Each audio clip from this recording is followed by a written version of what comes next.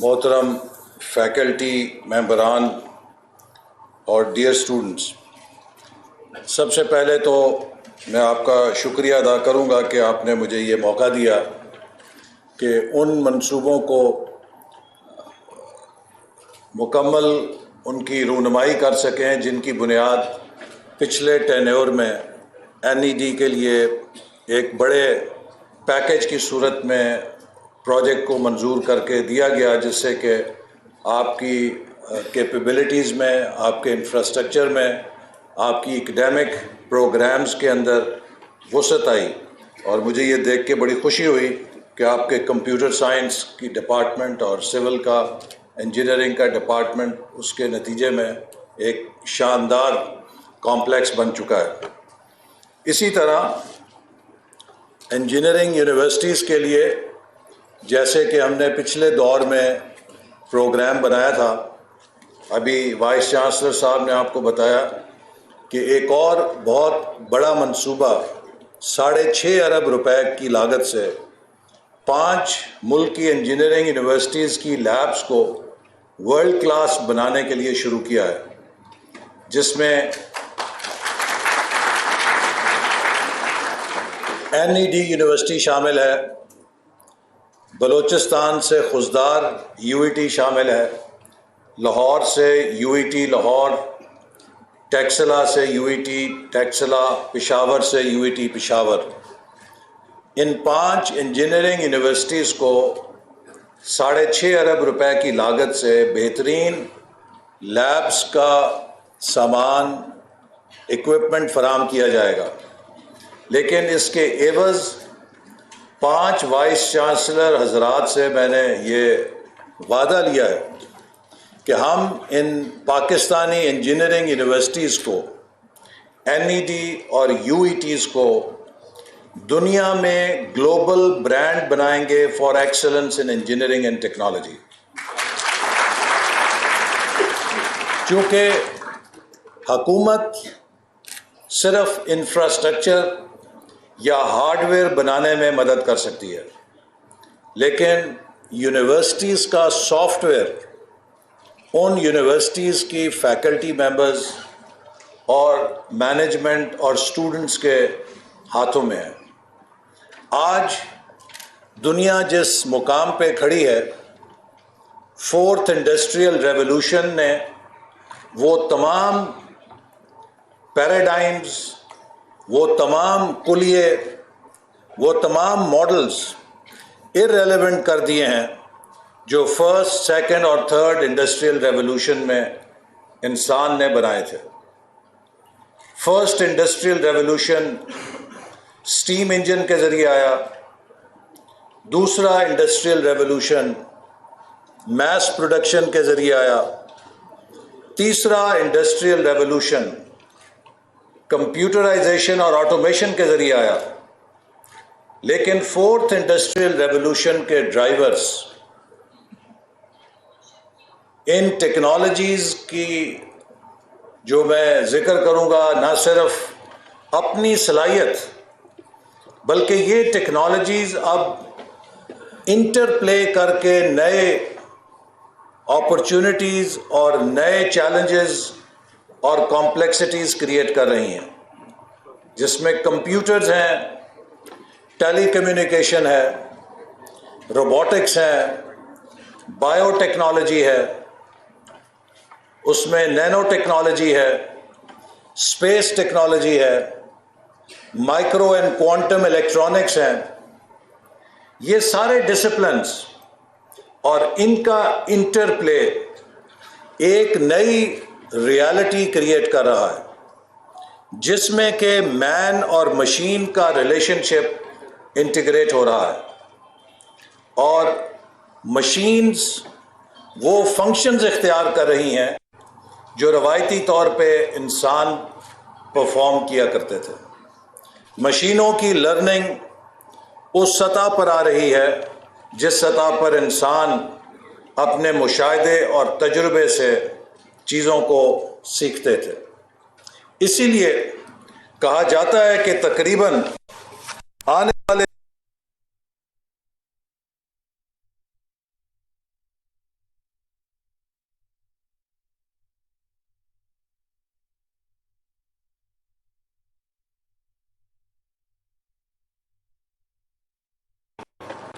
ابھی انوینٹ نہیں ہوئی ہیں، اور اسی طرح 50% سے زیادہ جابز جو آج ہمارے نوجوانوں کے لیے دستیاب ہیں، یہ اگلے 15 سے 20 سالوں میں ختم ہو چکی ہوں گی۔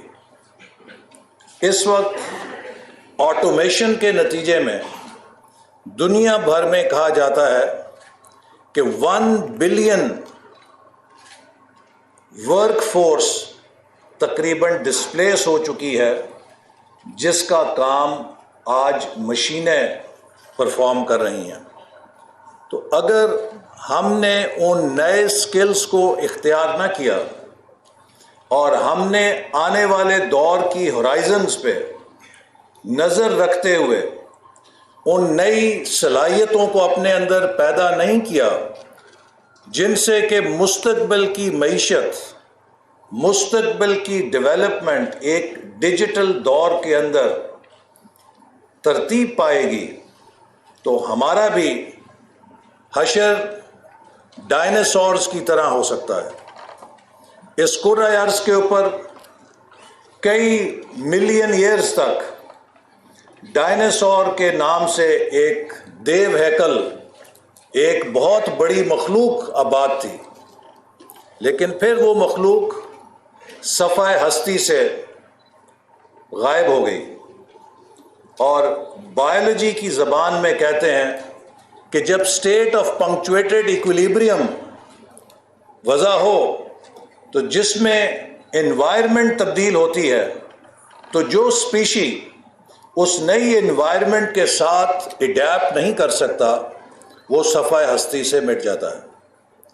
تو ڈائناسور کے غائب ہونے کے بعد چونکہ وہ اس نئے انوائرمنٹ میں اڈیپٹ نہیں کر سکتے تھے، ایک بہت چھوٹا اسپیشی جسے میمل کہا جاتا تھا، اس نے اس کرۂ ارض پہ غلبہ حاصل کر لیا۔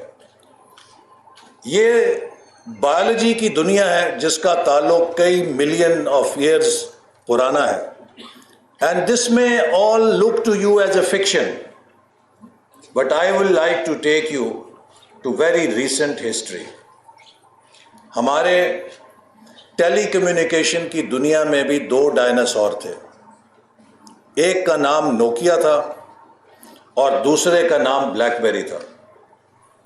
یہ دونوں اپنے دور کے دیو ہیکل ڈائناسورز تھے، لیکن وہ دونوں مارکیٹ پلیس میں پیدا ہونے والی تبدیلیوں سے قدم ملا کے نہیں چل سکے، تو چھوٹی چھوٹی اینٹیٹیز جنہیں ایپل اور سیمسنگ کہا جاتا تھا، انہوں نے ان کے پیروں کے نیچے سے کارپیٹ کھینچ کے انہیں قبر میں پھینک دیا اور خود ان کی جگہ لے لی۔ آج انوویشن کے ذریعے انسان کی ترقی کی رفتار میں کئی گنا اضافہ ہو چکا ہے، اور اس کی اہمیت بتانے کے لیے مجھے زیادہ تفصیل میں جانے کی ضرورت نہیں۔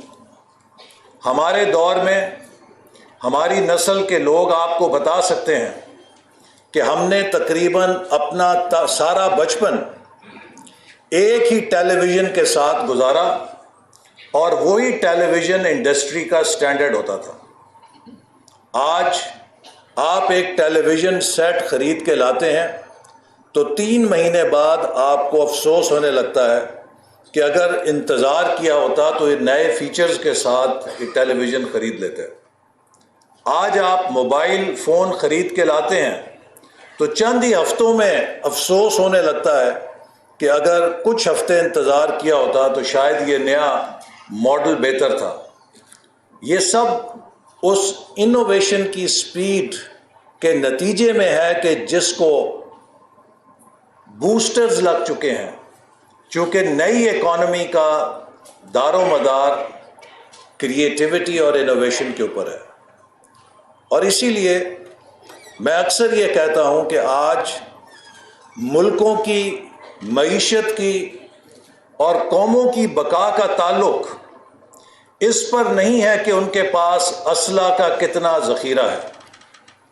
اگر اسلحے کی طاقت کے اوپر ملک کو اور ریاست کو بچایا جا سکتا تو سوویت یونین کبھی صفحہ ہستی سے نہ مٹتا، کیونکہ اس کے پاس دنیا میں ایٹمی ہتھیاروں کا سب سے بڑا ذخیرہ تھا، اس کے پاس ریڈ آرمی کی صورت میں دنیا کی سب سے بڑی فوج تھی، لیکن جب اس کی معیشت بانجھ ہو گئی، جب اس کی معیشت پیداواری صلاحیت سے محروم ہو گئی اور اس دفاع کا بوجھ اٹھانے کے قابل نہیں رہی، تو سوویت یونین کی ریاست بھی شکست و ریخت کا شکار ہو کے ٹوٹ پھوٹ کے نتیجے میں اس کی شرادہ بندی ہو گئی۔ آج ملکوں کو مضبوط کرنے کا انحصار میدان جنگ کے ہتھیاروں پہ نہیں بلکہ علم کے ہتھیاروں پہ ہے، جو کلاس رومز اور لیبارٹریز کے اندر بروئے کار لائے جاتے ہیں۔ کسی ملک کی کلاس رومز اور لیبارٹریز میں کیا ہو رہا ہے، کس درجے کا علم تخلیق ہو رہا ہے، اس ایک حقیقت کے اوپر مستقبل کی ترقی اور سلامتی کا دار و مدار ہے۔ اسی لیے ویژن 2025 جب ہم نے 2013 میں بنایا، اور یہ وہ وقت تھا کہ جب 2013 میں ہم حکومت میں آئے تو پاکستان میں 16-18 گھنٹے بجلی نہیں ہوتی تھی۔ پاکستان میں کوئی دن نہیں گزرتا تھا کہ جب خودکش بمبار پھٹ کے درجنوں پاکستانیوں کو اپنے ساتھ ہلاک نہیں کرتا تھا۔ کراچی شہر میں جو پاکستان کا فائنینشیل کیپٹل ہے، اس میں یہ حالت تھی کہ گھر کا کوئی فرد اگر تعلیم یا کام کے لیے باہر جاتا تھا تو اس کی ماں، اس کی بیوی، اس کی بیٹی یا اس کے عزیز والدین مصلی پر بیٹھ کے دعا کرتے تھے کہ اللہ تعالیٰ شام کو میرا یہ بھائی، بیٹا، بیٹی، بہن خیریت سے واپس آ جائے۔ تو ان حالات میں پاکستان کو ترقی کے راستے پہ ڈالنے کے لیے ایک لانگ ٹرم پلان وضع کیا گیا، جس کا مقصد یہ تھا کہ ہم پاکستان کو دنیا کی ٹاپ 25 اکانومیز میں لے کر آئیں۔ اور جب ہم نے یہ پلان بنایا تو لوگوں نے ہمارا مذاق اڑایا۔ انہوں نے کہا کہ آپ کو یہ 16 گھنٹے کے اندھیرے نظر نہیں آتے؟ آپ کو یہ پاکستان میں خودکش بمباروں کا بارود اور اس سے گرتا ہوا خون نظر نہیں آتا؟ آپ کس طرح یہ شیخ چلی کے خواب ہمیں دکھا رہے ہیں؟ لیکن where there is a will, there is a way۔ اللہ تعالیٰ نے ہماری مدد کی، سی پیک جیسا منصوبہ ہمارے ہاتھ آیا، اور ہم سب نے محنت کر کے 4 سالوں کے اندر پاکستان میں 11,000 میگا واٹ بجلی کے نئے منصوبے لگا کر اندھیروں کو روشنی میں تبدیل کر دیا۔ اور اسی طرح وہ دہشت گردی کی جنگ جسے ہم امریکہ سے ملنے والے ڈالرز کے عوض جنرل مشرف کے دور میں لڑا کرتے تھے، پاکستانی فوج کو حکومت نے کہا کہ آپ کو جتنے وسائل چاہیے ہم اپنے پیٹ پہ پتھر باندھیں گے، لیکن اپنے ملک میں امن قائم کرنے کی ہر قیمت ادا کریں گے۔ تو تقریباً 400 ارب روپے سے زیادہ پاکستان کی مسلح افواج کو آپریشن ضرب عضب اور رد الفساد کے لیے دے کر پوری قوم میں اتفاق رائے کے ساتھ ان کی پشت پہ کھڑا کر کے مسلح افواج کو مینڈیٹ دیا گیا، اور ہماری بہادر افواج نے اپنے جوانوں اور افسروں کی جانوں کی قربانی دے کر، ہماری پولیس کے جوانوں نے اور افسروں نے قربانی دے کر ان دہشت گردوں کو پسپائی پہ اور بھاگنے پہ مجبور کر دیا۔ اور پاکستان میں امن بحال ہو گیا۔ اسی طرح کراچی کے اندر کہ جہاں لوگ بھول گئے تھے کہ کس طریقے سے اپنے خاندان کے ساتھ، اپنے بچوں کے ساتھ شام کو تفریح کے لیے نکلا جاتا ہے۔ چونکہ میں خود کراچی میں میرا بچپن گزرا ہے اور عائشہ بھوانی اور کینٹ پبلک سکول میں نے تعلیم حاصل کی، تو اس دور سے میں جانتا ہوں کہ کراچی کی روشنیوں کا زمانہ کیسا تھا، لیکن وہ کراچی کی بجھی ہوئی روشنیوں کو بھی دوبارہ روشن کیا گیا، اور لوگ عید کے موقع پر اور قومی تہواروں کے موقع پر دوبارہ کلفٹن اور دیگر سیر کے مقامات پر جوک در جوک جانے لگے۔ تو یہ سب ممکن ہوا اور ثابت ہوا کہ پاکستانی قوم اس قابل ہے کہ وہ بد سے بدترین حالات کو ٹرن اراؤنڈ کر سکتی ہے۔ اور 2017 میں پرائس واٹر ہاؤس کوپرز نے، جو حکومت پاکستان کا ادارہ نہیں ہے، ایک بین الاقوامی فرم ہے، اکاؤنٹنگ فرم ہے اور ایک پریسٹیجیس بگ فور کے اندر فرم ہے، اس نے جو دنیا کی درجے بندی جاری کی، تو انہوں نے اپنی رپورٹ میں لکھا کہ 2030 تک اگر پاکستان اسی ٹریجیکٹری پہ چلتا رہا تو it will be the 20th most powerful economy of the world. گویا کہ پاکستان کو وہ G20 کلب کا ممبر کے طور پہ تسلیم کر رہے تھے بائی 2030۔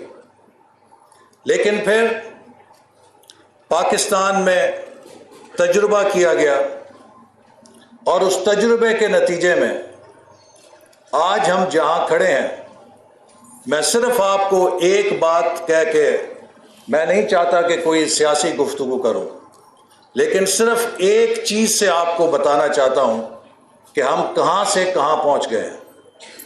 2017-18 میں میرے دن کا بحیثیت پلاننگ منسٹر ہر دن اس سوچ کے ساتھ شروع ہوتا تھا کہ آج ہم نے کون سا نیا منصوبہ شروع کرنا ہے۔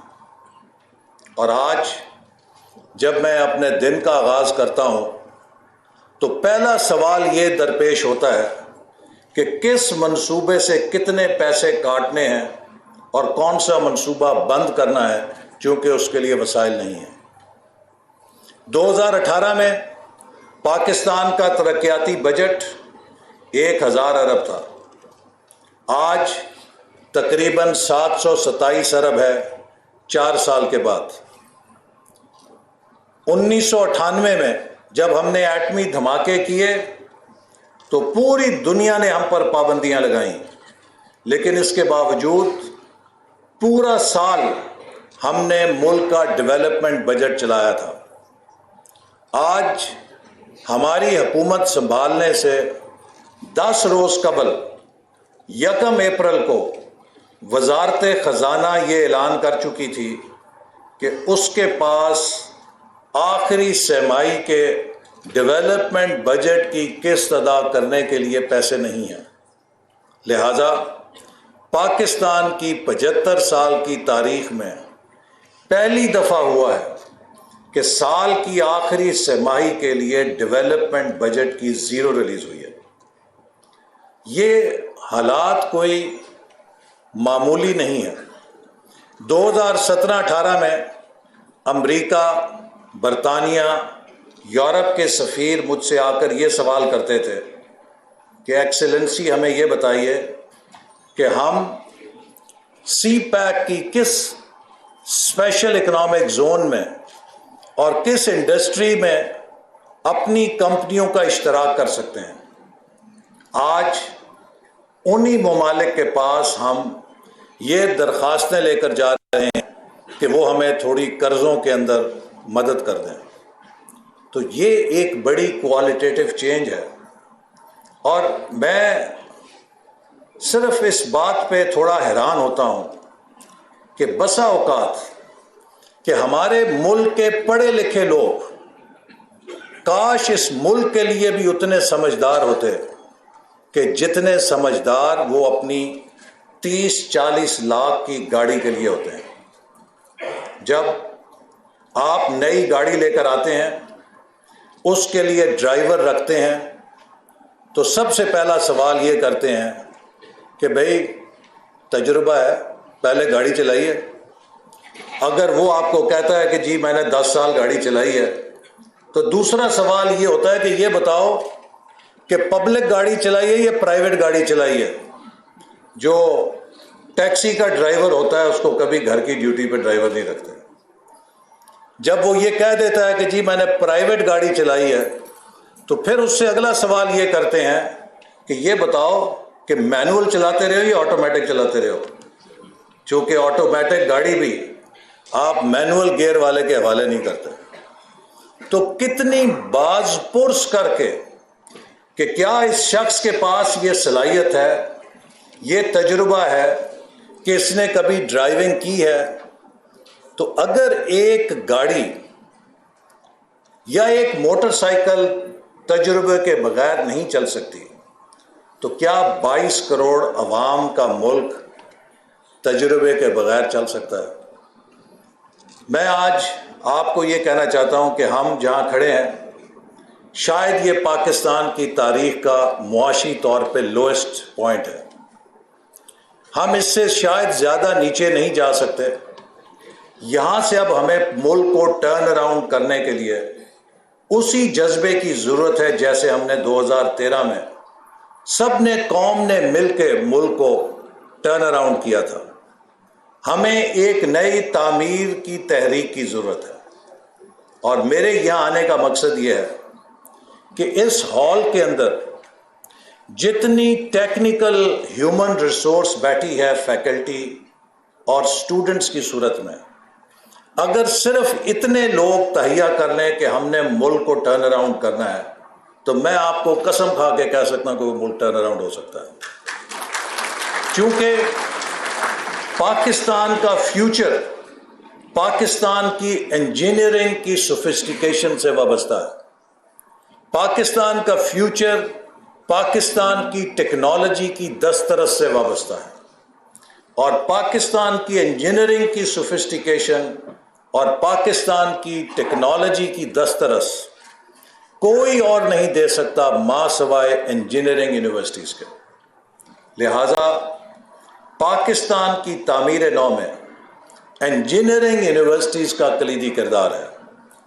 ہمیں یہاں سے اپنے نوجوانوں کو وہ ٹیکنیکل سکلز دینے ہیں کہ جو نئے دور کے تقاضوں سے ہم آہنگ ہوں. Engineering education for third industrial revolution will not serve the industrial revolution 4.0. ہمیں فورتھ انڈسٹریل ریولوشن کے لیے فورتھ ایجوکیشنل ریولوشن کی ضرورت ہے کہ جو نوجوانوں کے اندر کریٹیوٹی اور انوویشن کی صلاحیت پیدا کرے، جو نوجوانوں کو کرٹیکل تھنکنگ کے ذریعے سوال کرنے پر اور ان کے حل تلاش کرنے پر تیار کرے، نوجوانوں کو کولیبریٹ کرنے پہ تیار کرے. کیونکہ future of work is no longer in one unit of work. ایک وقت تھا کہ ورکر جو ہے single worker used to form the basic foundation of the work pyramid. جو ورک اسٹیشن یا ورک آرگنائزیشن تھی اس کی بنیاد ورکر کے اوپر ہوتی تھی. آج ورک انوائرمنٹ میں ورکر کی جگہ ٹیمز نے لے لی ہے. آج team has become the basic unit of work. And when we speak of teams, we need people who can collaborate, who can work together. اور اگر ہم اس کولیبریشن کے دور میں اپنے ملک کے اندر پولرائزیشن پیدا کریں گے اپنے ملک کے اندر تقسیم در تقسیم پیدا کریں گے اور اپنے لوگوں میں ایک دوسرے کے ساتھ مکالمہ کرنے کی اور ایک دوسرے کے ساتھ اختلاف کے باوجود مل کر کام کرنے کی صلاحیت کو ختم کر دیں گے تو پھر ہمیں کسی دشمن کی ضرورت نہیں ہے۔ آج جہاں پاکستان کو ایک بہت بڑا ٹیکنالوجی کا چیلنج درپیش ہے، اتنا ہی بڑا پاکستان کو اس انتشار کا چیلنج درپیش ہے کہ جس میں ہم مبتلا ہو چکے ہیں۔ پولرائزیشن کا چیلنج سوسائٹی کی اجتماعی صلاحیت کو تباہ کر دیتا ہے۔ Individual excellence means nothing if it cannot be transformed into collective competence۔ آپ نے کتنی دفعہ دیکھا ہے کہ پاکستان کی کرکٹ ٹیم میں دنیا کے بہترین ستارے کھیلتے تھے، لیکن ان کے اندر کلیکٹیو کولیبریٹو صلاحیت نہیں تھی، آپس میں وہ اختلافات کا شکار ہوتے تھے۔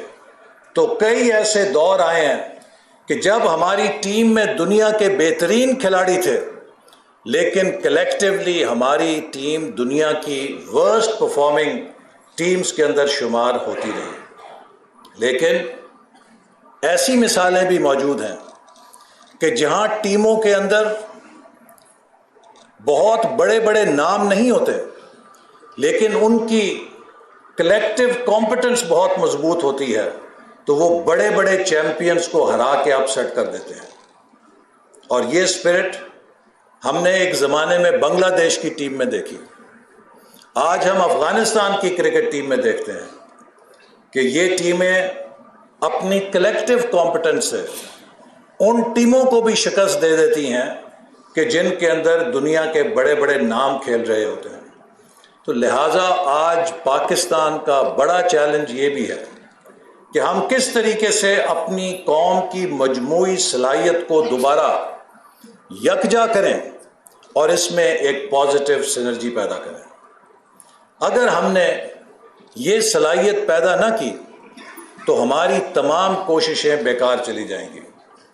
اور میں آپ کو یہ بات خاص طور پہ اس لیے بھی کر رہا ہوں کہ مجھے اللہ تعالیٰ نے ایک نئی زندگی دی ہے اور میرے جسم میں وہ گولی موجود ہے جو ایک نوجوان نے پستول سے نہیں چلائی تھی، بلکہ اپنے ذہن اور دماغ سے نفرت کی گولی کو پستول میں ڈال کے مجھ پہ چلایا تھا، اور اس نے اپنی انتہا پسندی میں میری جان لینے کی کوشش کی تھی۔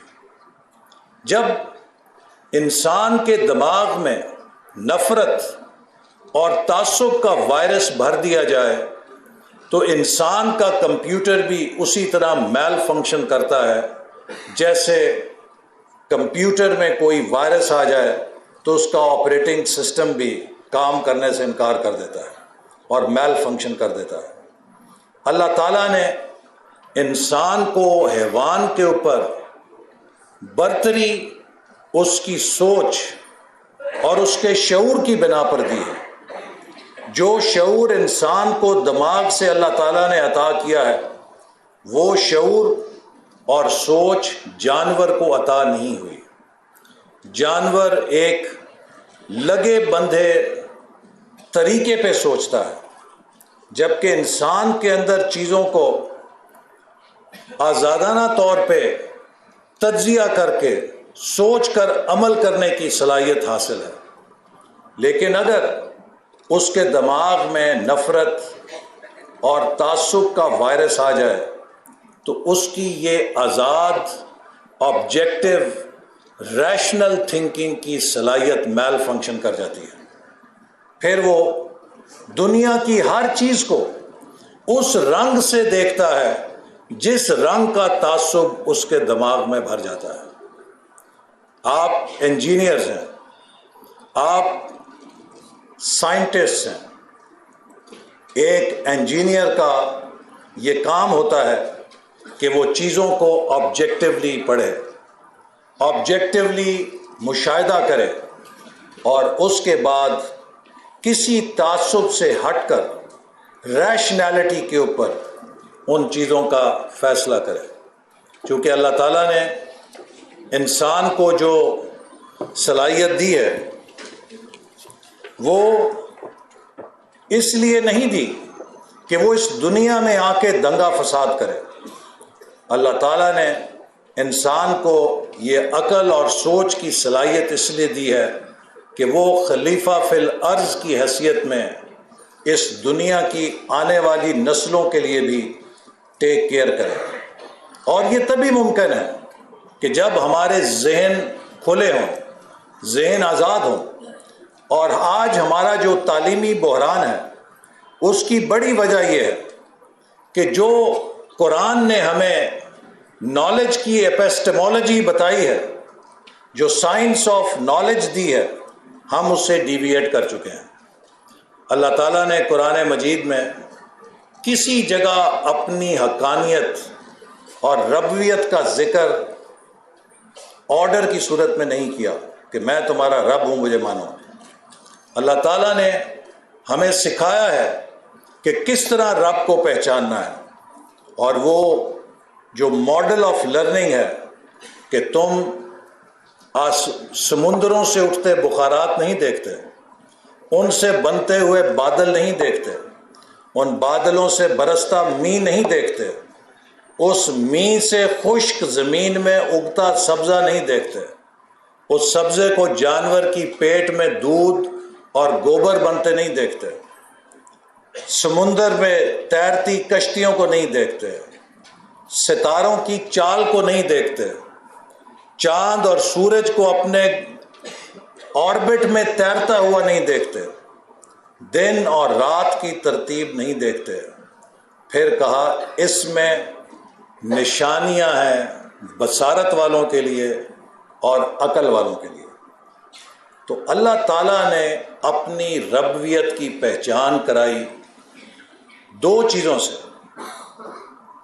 دعوت مشاہدہ، بصارت، اور اس کے بعد دعوت عقل کہ use your mental faculties, inquiry, تفکر، تدبر، and you will find me. اور ہم نے مشاہدے، بصارت اور عقل پہ قفل لگا کے انہیں بند کر دیا اور کٹ اینڈ پیسٹ نالج کے اندر گم ہو کر رہ گئے. تو آج ضرورت اس بات کی ہے کہ ہم اپنی یونیورسٹیز کے اندر اپنے نوجوانوں کو دوبارہ وہ صلاحیت دیں کہ یہ دنیا کے مسائل کا مشاہدہ کر سکیں اور اس مشاہدے کے ساتھ اپنی عقل کو استعمال کر کے ان مسائل کا حل تلاش کریں. پرابلمز کو سالو کرنا ہی انجینئرنگ کا نام ہے. انجینئر وہ طبقہ ہے جو انسانیت کو اس کے مسائل کا، اس علم کو بروئے کار لا کے جسے کسی تجربے گاہ میں تلاش کیا جاتا ہے، عملی شکل دے کے وہ لوگوں کو ان کے مسائل کا حل پیش کرتا ہے.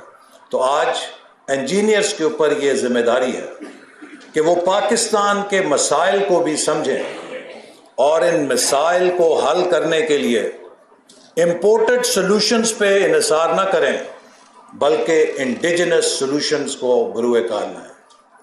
دنیا میں جس ملک نے ترقی کی ہے اس نے اپنے ملک کی انجینئرنگ انڈسٹری کو مضبوط کر کے ترقی کی ہے. تو میں آپ کو بھی یہ دعوت دینا چاہتا ہوں کہ آپ اپنی اس تعلیمی سفر کو صرف ڈگری کا سفر نہ بنائیں. آپ کو یہ سمجھنا ہوگا کہ آج کا علم 5 سالوں کے بعد متروک ہو جائے گا. تو ایک ملٹی نیشنل کے ہیومن ریسورس ڈپارٹمنٹ کے سربراہ سے کسی نے پوچھا کہ آپ جب ہائرنگ کرتے ہیں تو اپنے جو نیو ریکروٹ آپ کے ریکروٹرز ہوتے ہیں یا آپ کے نئے جو ملازم ہوتے ہیں، اسٹاف ممبرز ہوتے ہیں، اس میں کس قسم کی ڈگری آپ دیکھتے ہیں؟ کون سی ڈگریز کو اور اداروں کو آپ دیکھ کر ان کو سلیکٹ کرتے ہیں تو انہوں نے کہا کہ ہم ڈگری بعد میں دیکھتے ہیں، پہلے اس کی لرننگ اینڈ ان لرننگ کی صلاحیت کو دیکھتے ہیں کہ اس کے اندر پرانے علم کو دماغ سے نکالنے اور نئے علم کو اپنے دماغ میں ڈالنے کی کیا صلاحیت ہے۔ تو لہٰذا learning and knowledge has become a very dynamic process. You have to be now a lifelong learner. If you will not be a lifelong learner, very soon you will find yourself out of pace with the industry. ابھی ہم نے computer اور I T industry کے لوگوں کو بلایا، چونکہ ایک بڑی شکایت یہ آتی تھی کہ جو گریجویٹس انجینئرنگ اور آئی ٹی یونیورسٹی سے نکل رہے ہیں، ہمیں 6 مہینے انہیں دوبارہ پڑھانا پڑتا ہے اور ان کے پاس وہ سکلز نہیں ہوتے جو انڈسٹری کو چاہیے. تو ہم نے ایک راؤنڈ ٹیبل کی، تمام انجینئرنگ یونیورسٹیز کو بھی بلایا، انڈسٹری کو بھی بلایا، تو پتہ یہ چلا کہ کریکولم اور نصاب میں اتنا نقص نہیں ہے، اگرچہ اس میں بھی کچھ امپرومنٹ کی گنجائش تھی، لیکن زیادہ جو کمزوری نظر آئی وہ یونیورسٹیوں کے اندر پڑھائے جانے والے طریقے میں نظر آئی. اور اس کی بڑی وجہ یہ ہے کہ جو پروفیسر صاحب 80s میں یا 90s میں پی ایچ ڈی کر کے آئے ہیں، شاید 2018 میں پی ایچ ڈی کر کے آنے والا ان سے زیادہ باخبر ہے، چونکہ ان کا جو 1980 کا علم ہے وہ شاید اینالاگ ٹیکنالوجی کے اوپر ہوگا. آج پوری دنیا ڈیجیٹل ٹیکنالوجی پہ استوار ہو چکی ہے. تو جتنا ضروری اسٹوڈنٹس کے لیے ہے کہ they should be lifelong learner, اس سے زیادہ ضروری فیکلٹی کے لیے ہے کہ they should also be lifelong learners and they must have an update. جیسے کہ آپ کو آپ کے ٹیلی فون کے اوپر نوٹیفیکیشن آتی ہے کہ آپ کے سافٹ ویئر کا اپ ڈیٹ آ گیا ہے، اسی طرح آج ہر روز ہر علم کے اپ ڈیٹ نکل رہے ہیں، اور جو اس اپ ڈیٹ کو لوڈ نہیں کرے گا اس کا علم جو ہے وہ کئی 100 سال پیچھے کا ہوگا. تو اس لیے میں امید کرتا ہوں کہ آپ یونیورسٹی کے اندر فیکلٹی بھی اپنا کردار ادا کرے گی اور اسٹوڈنٹس کو بھی اس ڈائنامک کمپلیکس چیلنجنگ انوائرمنٹ کے لیے تیار کرے گی جو ہمارے زمانے سے بہت مختلف ہے، کہ جہاں پر لگے بندھے فارمولے اور لگے بندھے ضابطے کئی سال تک اپلائی کرتے تھے. آج 6 مہینوں میں سال کے اندر تمام کلیے تبدیل ہو رہے ہیں. تو اس حوالے سے جو نوجوانوں میں ایک صلاحیت ہے کہ کیسے انہوں نے نئی آگے صلاحیت کو اپنے اندر پیدا کرنا ہے، وہ بے حد ضروری ہے. We have started a 5E initiative کہ پاکستان کو اس بحران سے کیسے نکالنا ہے. First and foremost is developing Pakistan's export capability. میں آپ کو نوجوانوں کو خاص طور پہ یہ بتانا چاہتا ہوں، چونکہ every minute I spend with you is an investment in our future. کسی بھی مرض کے علاج کا تعلق اس پہ ہے کہ آپ نے اس مرض کی تشخیص کتنی ٹھیک کی ہے. اگر آپ پیٹ کے درد کے لیے سر درد کی دوائیاں دیں گے تو آپ کبھی اس مرض کو ٹھیک نہیں کر سکیں گے. پاکستان کی 75 سال کے بعد موجودہ صورتحال کا تعلق اس بات پر نہیں ہے کہ پاکستانی قوم دوسروں سے زیادہ نالائق تھی. آج ہماری صورتحال کا تعلق اس پر بھی نہیں ہے کہ ہم دوسروں کے مقابلے میں زیادہ کرپٹ ہیں. ہماری اس صورتحال کا تعلق اس سے بھی نہیں ہے کہ ہمیں ترقی کے ضابطوں کا علم نہیں تھا. ہم نے ترقی کے بھی درست منصوبے بنائے، ہماری صلاحیت بھی بہترین تھی، ہماری نیتوں میں بھی کوئی فتور نہیں تھا. تو پھر کیا وجہ ہے کہ ہم آج 75 سال میں ساری قوموں سے پیچھے رہ گئے ہیں. وہ قومیں جو کبھی ہم سے پیچھے ہوا کرتی تھیں، چاہے وہ ساؤتھ کوریا ہے، چاہے وہ ملیشیا ہے، چاہے وہ سنگاپور ہے، چاہے وہ ویتنام ہے، چاہے وہ چائنا ہے، چاہے وہ بنگلہ دیش ہے، کیوں ایک ایک کر کے ساری قومیں ہم سے آگے نکل گئی ہیں؟